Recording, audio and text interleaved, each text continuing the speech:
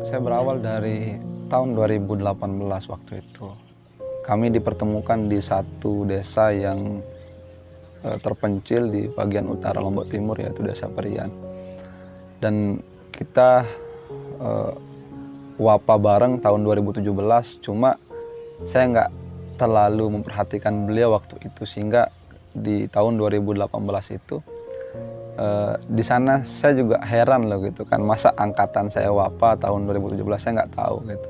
Dan saya juga dikasih tahu sama teman-teman angkatan bahwa beliau ini almarhumah angkatan 2017, dan kami dipertemukan di satu kepanitiaan, yaitu panitia wapa waktu itu. Dan di wapa, agenda wapa selama 5 hari, saya pribadi melihat sosok seorang Siti Apriana ini gitu. Walaupun ada banyak teman-teman perempuan yang lain, tapi saya selalu tertarik dengan beliau. Dan di sanalah awal pertemuan kita berdua gitu. Dan itu menjadi momentum pertama bagi saya melihat seorang perempuan yang kemudian sangat sederhana gitu.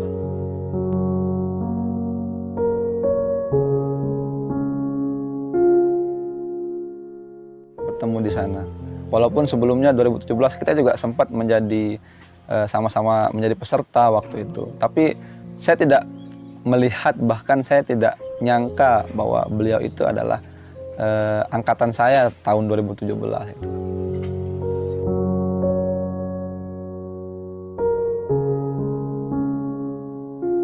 Mengenai kesan pertama, tentu ada rasa-rasa ingin untuk berdialog, kemudian bertatap muka lebih lama lagi. Tapi karena itu ada sebuah acara, jadi saya berpikir bahwa mungkin suatu saat nanti saya akan bisa bicara dengan almarhumah. Dan itu betul, sebelum hari terakhir, jadi malam itu pas jurit malam, karena dari wapa saya nggak pernah chat sama beliau, kemudian saya juga nggak pernah nelpon sama beliau gitu. Saya nelpon pertama satu malam sebelum berangkat, dan itu cuma basa-basi aja gitu, karena merasa heran, merasa kagum. Sehingga pada suatu malam terakhir sebelum penutupan acara itu, jadi ada agenda jurit malam yang kemudian itu acara terakhir dalam keagendaan wapa. Jadi sempat saya chat di sana. Ternyata chat kami berdua itu merasa saya sudah lama kenal gitu. Saya sudah lama kenal, padahal itu chat yang pertama gitu. Saking ramahnya beliau, bahkan dengan itu saya tertarik gitu. Padahal ini chat pertama, bahkan saya merasa bahwa saya sudah kenal lama dengan beliau gitu. Dan sewaktu-waktu ketika kan itu momen gempa, waktu itu momen gempa dan semua tidur di luar gitu. Semua tidur di luar, teman-teman tidur di luar, nggak berani tidur di dalam ruangan kan, karena faktor gempa.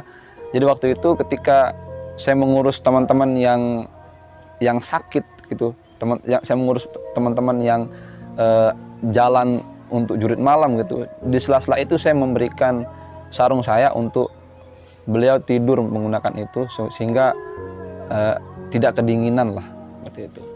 Jadi ketika agenda sedang berjalan, karena dia anggota acara pada waktu itu, ketika orang-orang sibuknya dengan menghadapi suatu permasalahan di kepanitiaan, yaitu banyak peserta yang kesurupan, banyak peserta yang diganggu oleh makhluk-makhluk halus. Dan ternyata beliau ada di sana untuk melihat kondisi itu. Dan waktu itu saya sempat berdialog dengan almarhumah dengan kata-kata yang mungkin agak bercanda lah masalah-masalah itu. Sehingga saya melihat di sosok seorang Apriana itu wanita yang sangat sederhana gitu. Beda dengan wanita-wanita lain yang kemudian setiap waktu harus memperhatikan dandanannya, kemudian perhatikan pakaiannya dan sebagainya, karena memang perempuan itu wajar seperti itu. Tapi dengan perempuan yang satu ini beda lagi gitu, bahkan saking sederhananya gitu. Jadi apa yang beliau miliki itu yang kemudian dipakai gitu. Sampai-sampai saya melihat bahwa bukan hanya almarhumah ini sosok yang sederhana gitu, tapi menampilkan apa adanya gitu. Sehingga jarang perempuan yang seperti ini gitu. Ada kesederhanaan yang ada pada sosok seorang Apriana ini. Dari sana saya kemudian kemudian ada rasa ingin mengenal almarhumah lebih jauh lagi gitu.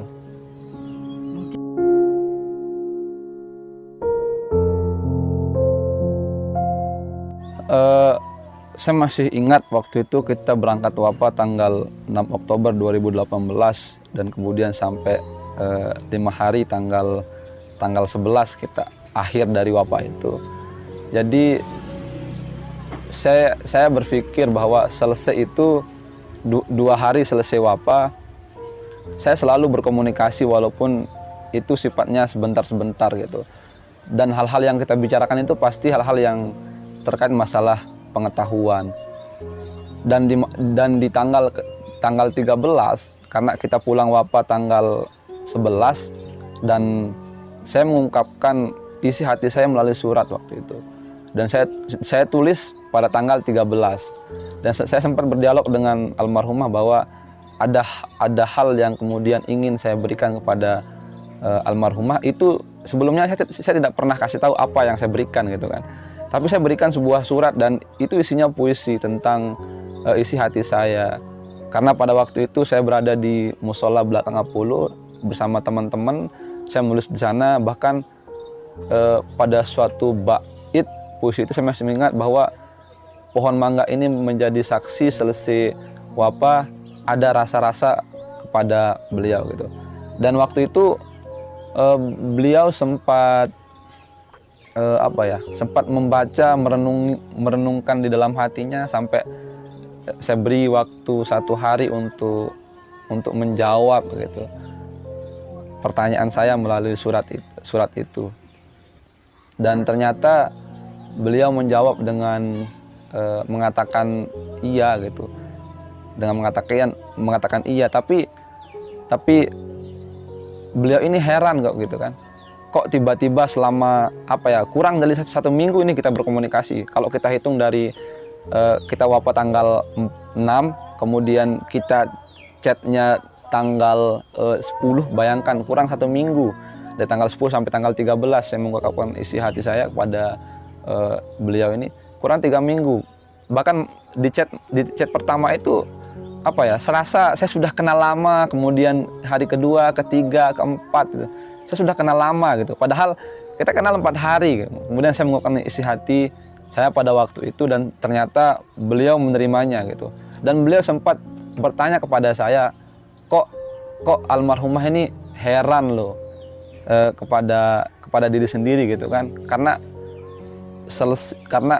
dari masuk kuliah banyak laki-laki yang kemudian mendekat dengan almarhumah ini, tapi ternyata saya pribadi yang melumpuhkan hatinya, bisa mengambil hatinya gitu. Artinya selama beliau hidup, beliau sempat mengungkapkan isi hatinya kepada saya bahwa saya ini laki-laki yang pertama bisa menggait hati almarhumah. Itu kata-kata yang sangat dan hari ini tidak bisa saya lupakan seperti itu.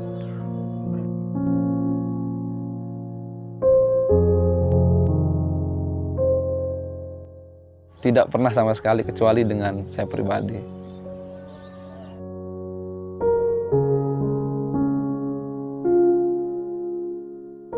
surat itu isinya 3 kalimat kayaknya.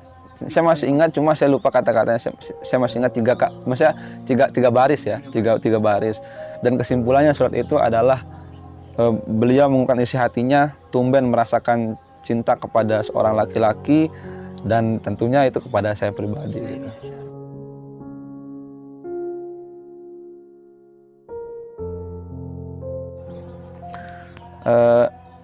Di pertengahan hubungan, setelah mengungkapkan perasaan melalui surat antara kita berdua itu, saya masih ingat betul apa yang disampaikan oleh almarhumah kepada saya.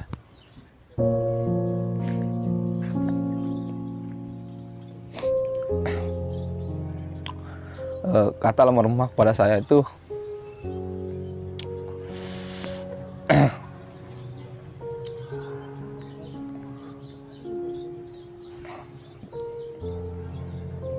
beliau sempat bicara bahwa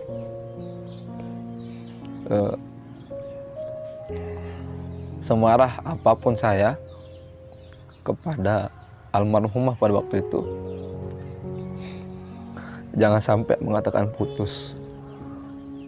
Semarah apapun saya kepada almarhumah, jangan sampai katakan putus. Sampai seperti itu ungkapan yang disampaikan oleh almarhumah kepada saya. Dan selesai itu, beliau melanjutkan kata-katanya bahwa Side, kakak, katanya, adalah orang yang pertama saya cintai, dan Side adalah laki-laki yang pertama memikat hati saya, kata almarhumah. Dan saya berharap kita bersama-sama di dunia dan di akhirat kelak. Sampai itu diulang-ulang setiap kali kita ketemu ya. Artinya di sela-sela kesibukan kuliah ada suatu momen yang sampai 3 minggu sampai sebulan full kita nggak ketemu gitu. Itu pun komunikasi lewat HP, lewat chat, lewat telepon. Dan di sana beliau selalu mengingatkan saya tentang kata-kata yang disampaikan, mengulang-ulang kata-kata itu. Dan itu sampai sekarang saya ingat, dan saya tidak pernah akan melupakan apa yang almarhumah sampaikan kepada saya. Artinya dari sana saya melihat bahwa almarhumah ini betul-betul serius dengan saya untuk menjalin hubungan gitu. Artinya dari perkataannya itu beliau komitmen dengan apa yang disampaikan gitu. Sehingga betul sampai sekarang beliau tetap memegang komitmen itu sampai detik-detik terakhir, tetap memegang komitmen itu, dan beliau tetap menjaga hubungan kita.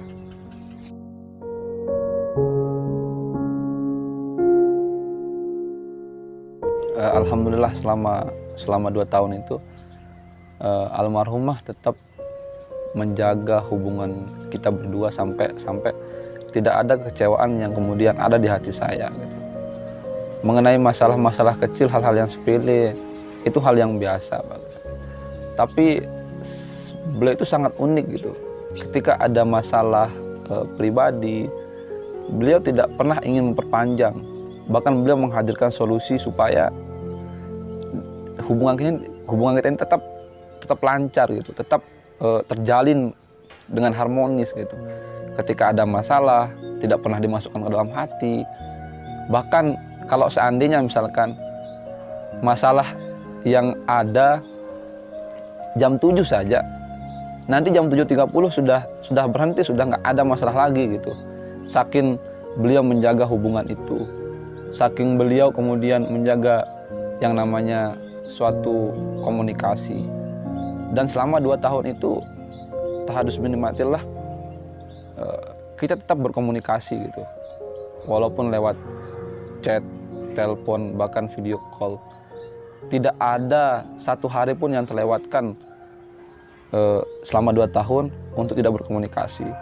Bahkan di kesibukan keseharian, misalnya ketika ada kegiatan organisasi, kegiatan keluarga dan sebagainya, tetap kita menjalin komunikasi dengan baik gitu. Makanya selama 2 tahun kita berdua tetap komunikasi gitu. Tidak ada kesalahpahaman komunikasi, tidak ada hal-hal yang mengecewakan. Karena beliau selalu menjaga yang namanya komunikasi, beliau selalu menjaga yang namanya hubungan itu.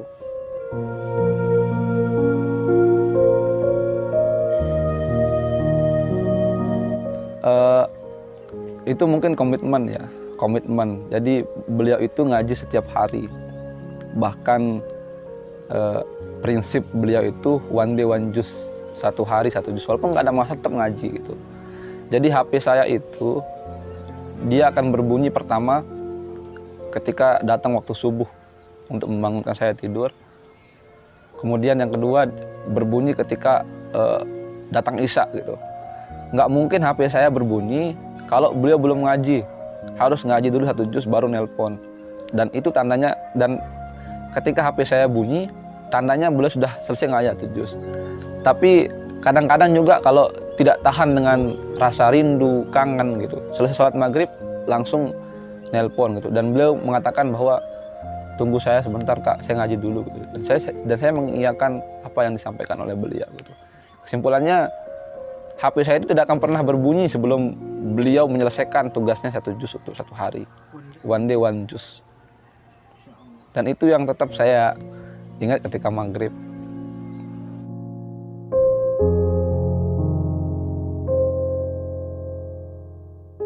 Sempat 2 bulan. Selama setiap hari Rabu dan Kamis, selama 1 minggu itu 2 hari nginap di Mu'alimat untuk menyimak adik-adik di Mu'alimat. Selama kurang lebih 2 bulan waktu itu. Dan waktu itu setiap pergi ngasuh ke Mu'alimat, menjadi pengasuh, beliau selalu minta izin sama saya untuk pergi gitu. Dan saya menawarkan untuk saya mengantarnya ke sana. Dan beliau mengiyakan apa yang saya ingin utarakan kepada beliau.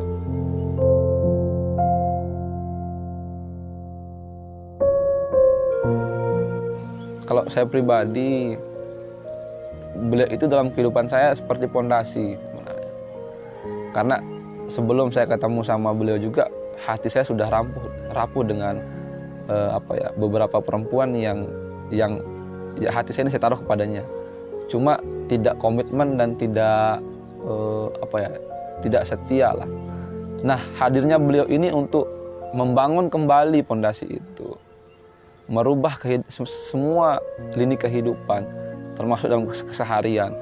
Dan beliau ketika ketika ada hal-hal yang menurutnya itu kurang baik bagi saya, beliau selalu mengerti saya dengan kata-kata yang baik, kemudian sopan dan ramah gitu.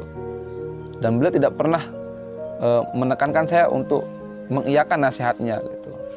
Yang penting beliau menasihati saya, masalah iya dan tidaknya itu terserah saya. Saking pedulinya terhadap seseorang gitu. Di semua lini kehidupan, contohnya misalkan ketika saya pergi kemana-mana, entah itu agenda organisasi, undangan, teman dan keluarga, bahkan di semua kegiatan, saya selalu mengizin kepadanya untuk jalan melakukan aktivitas itu. Dan beliau selalu mendoakan saya kemanapun saya pergi. Kata-kata beliau itu, semoga tetap sehat, semoga tetap dijaga oleh Allah Subhanahu Wa Taala. Dan banyak lagi kata-kata beliau tentang doanya kepada saya. Jadi itu yang membuat saya terkadang semangat begitu. Entah kenapa tiba-tiba saya semangat luar biasa setelah mendengar ungkapan-ungkapan dari almarhumah.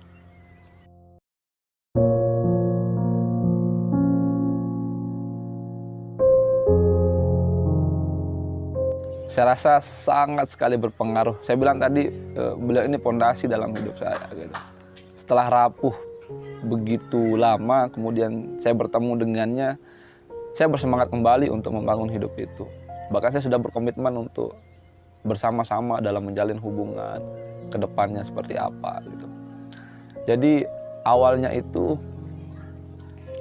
ketika kenal, semangat saya untuk melakukan aktivitas dan meraih suatu cita-cita itu tiba-tiba datang ke saya, tiba-tiba ada di hati ini gitu. Entah kenapa saya nggak tahu dari mana asalnya kekuatan itu, dari mana arahnya kekuatan itu. Cuma saya berpikir mungkin ini dari ruh-ruh apa yang kemudian disalurkan kepada saya gitu. Sehingga ketika saya selalu mengingat almarhumah ketika masih hidup waktu itu untuk melakukan kegiatan, saya selalu bersemangat gitu. Dan saya selalu minta izin kepada almarhumah ini gitu. Pertama ketika pencalonan sebagai sekretaris jenderal, ketika Kakanda mengajak saya waktu itu, beliau orang pertama yang saya kasih tahu. Beliau orang pertama tempat saya minta izin gitu. Kalau saya berpikir kalau seandainya almarhumah tidak mengizinkan saya untuk naik di kontestasi politik tahun 2019 itu, saya mungkin tidak akan pernah naik gitu sama Kakanda. Karena beliau meyakinkan saya masih ingat kata beliau bahwa lamun de tetu, lamun de pacu membangun kampus ya, aku dukung side. Kata-kata itu yang membuat saya semakin teguh gitu, semakin kokoh dalam mengambil suatu kebijakan, dan saya mengiyakan ajakan itu melalui daripada komitmen atau kata-kata yang disampaikan oleh beliau ini. Beliau selalu mendukung apa yang saya lakukan, beliau selalu mensupport kegiatan apa yang saya lakukan, apa yang saya ikuti, dan tentunya beliau berpikir bahwa itu kebaikan untuk saya pribadi dan kita berdua. Bahkan pada pertarungan politik kemarin 2020 itu sempat saya tidak memberitahu kepada almarhumah karena saya takut nanti ada kekecewaan gitu. Tapi di akhir-akhir pencalonan 2020 kemarin, beberapa sebulan yang lalu lah gitu, ketika saya ingin izin pada waktu itu, beliau sudah tahu apa yang ingin saya sampaikan gitu. Sampai beliau mengatakan bahwa tahu ke apa ya debarak ke, sampai gitu. Saya juga heran gitu kan, dari mana beliau tahu gitu tentang hal ini gitu. Tapi beliau mengulang lagi kata-katanya gitu. Lamun ye ongkat angen deja, lamun ye menurut side bagus ya, kenapa tidak untuk diambil gitu. Kan itu untuk side dan itu untuk kebahagiaan side dan masa depan side gitu.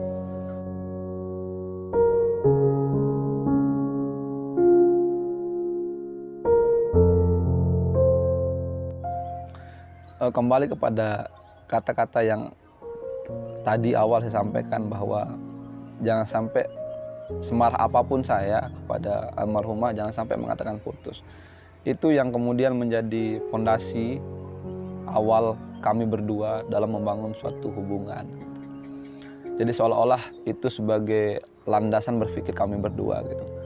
Ketika ada permasalahan yang sifatnya pribadi, kolektif, kita berdua menghadirkan solusi kepada masalah itu.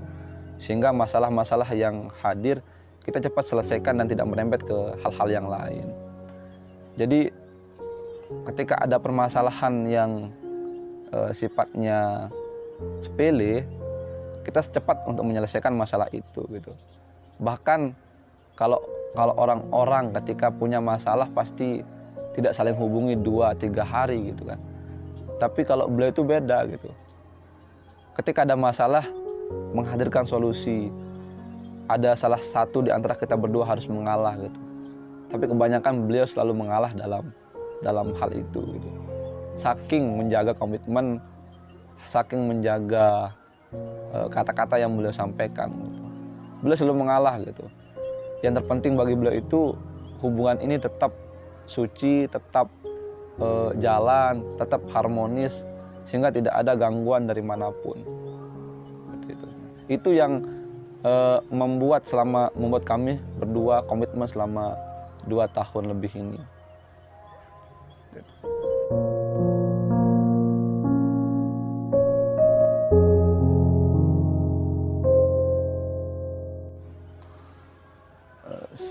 Kita semua yakin bahwa beliau itu orang baik, ramah, murah senyum.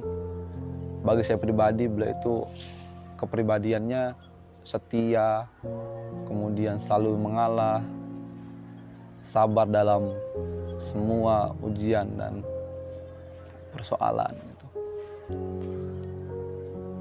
Kata-kata saya untuk almarhumah, saya selalu akan sayang kepada dia. Kapanpun dan dimanapun saya selalu tetap mengingatnya. Dan karena beliau sudah memberikan kontribusi untuk saya pribadi khususnya, dan itu tidak pernah akan saya lupakan selama-lamanya. Cinta saya kepada Apriana.